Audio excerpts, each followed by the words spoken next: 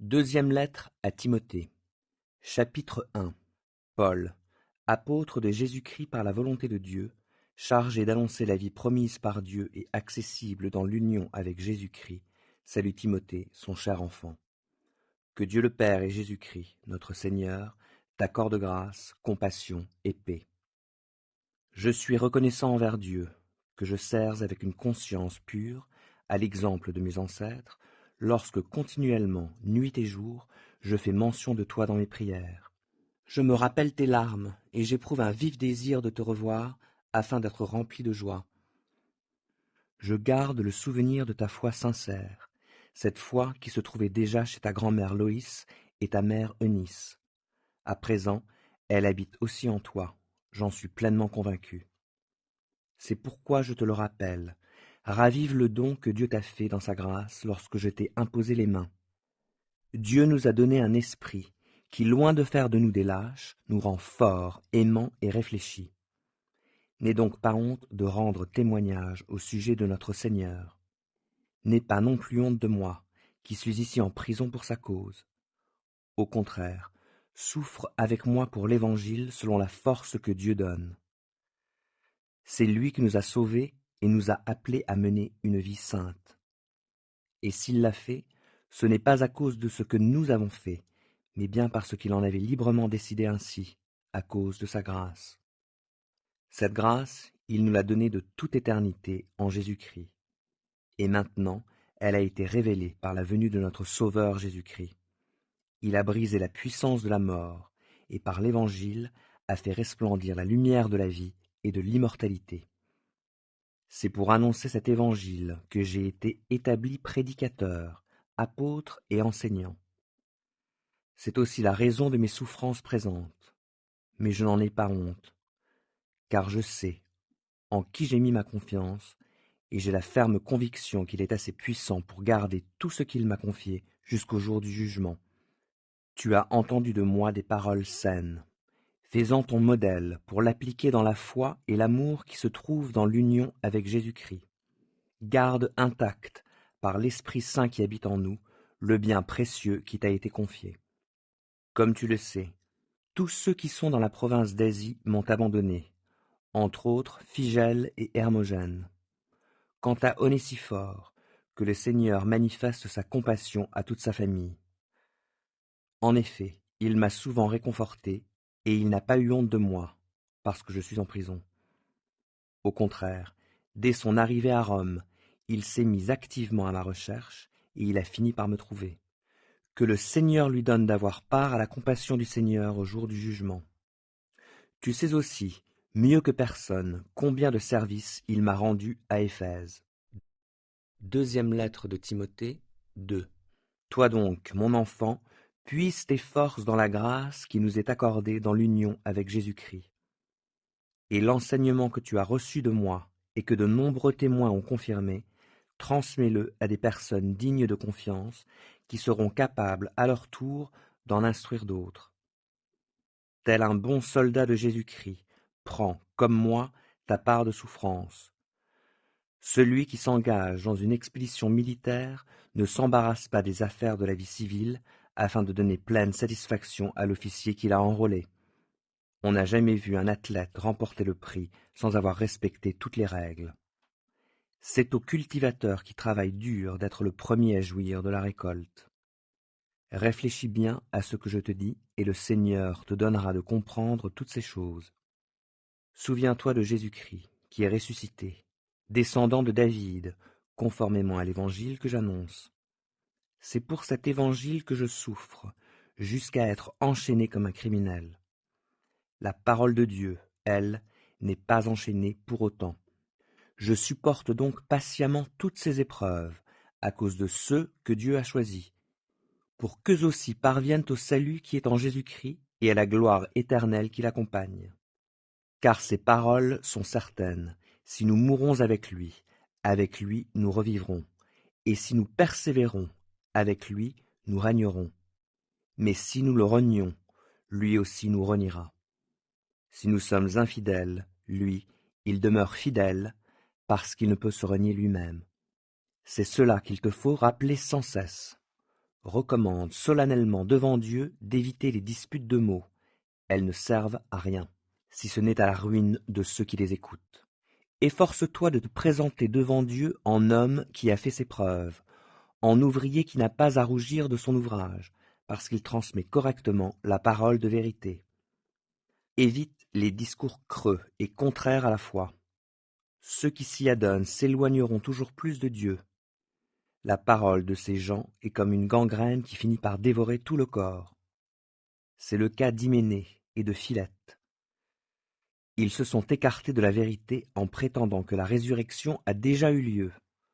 Ainsi, ils sont en train de détourner plusieurs de la foi.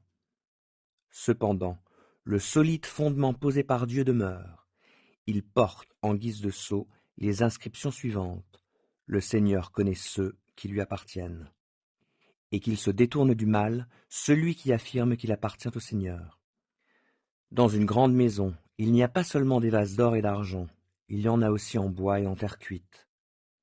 Les premiers sont réservés à un usage noble, les autres sont destinés à un usage vil. Eh bien, si quelqu'un se garde pur de tout ce dont j'ai parlé, il sera un vase destiné à un noble usage, purifié, utile à son propriétaire, disponible pour toutes sortes d'œuvres bonnes. Fuis les passions qui assaillent un jeune homme. Fais tous tes efforts pour cultiver la foi, l'amour et la paix avec tous ceux qui font appel au Seigneur d'un cœur pur. Refuse les spéculations absurdes et sans fondement. Tu sais qu'elles suscitent des querelles. Or, il n'est pas convenable pour un serviteur du Seigneur d'avoir des querelles. Qu'il se montre au contraire aimable envers tout le monde, capable d'enseigner et de supporter les difficultés. Il doit instruire avec douceur les contradicteurs.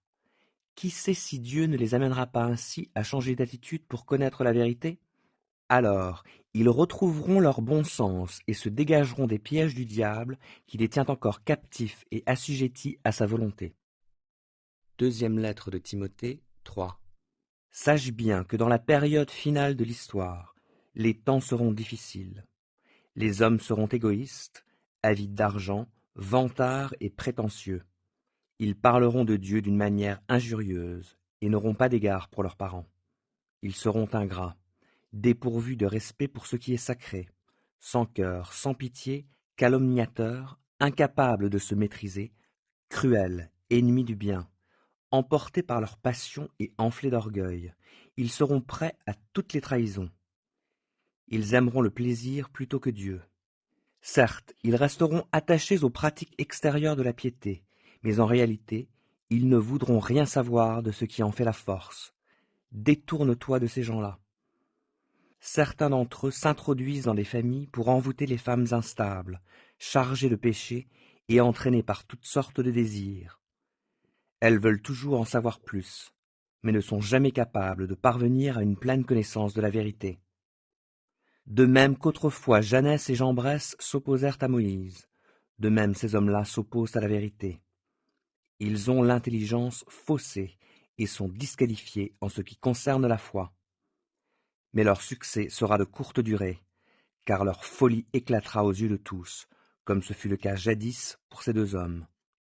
Mais toi, tu as pu m'observer dans mon enseignement, ma conduite, mes projets, ma foi, ma patience, mon amour, mon endurance. Tu as pu voir quelle persécution et quelle souffrance j'ai endurée à Antioche, à Iconium et à Lystre. Quelle persécution, en effet, n'ai-je pas subie, et chaque fois le Seigneur m'en a délivré. En fait, tous ceux qui sont décidés à vivre dans la piété par leur union avec Jésus-Christ connaîtront la persécution.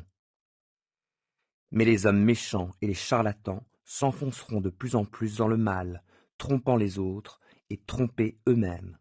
Pour toi, reste attaché à tout ce que tu as appris et reçu avec une entière conviction. Tu sais de qui tu l'as appris, et que depuis ton enfance tu connais les saintes Écritures. Elles peuvent te donner la vraie sagesse qui conduit au salut par la foi en Jésus-Christ. Car toute l'Écriture est inspirée de Dieu et utile pour enseigner, réfuter, redresser et apprendre à mener une vie conforme à ce qui est juste. Ainsi, l'homme de Dieu se trouve parfaitement préparé et équipé pour accomplir toute œuvre bonne. Deuxième lettre de Timothée 4. C'est pourquoi, devant Dieu et devant Jésus-Christ, qui va juger les vivants et les morts, et dans la perspective de sa venue et de son règne, je te le recommande solennellement.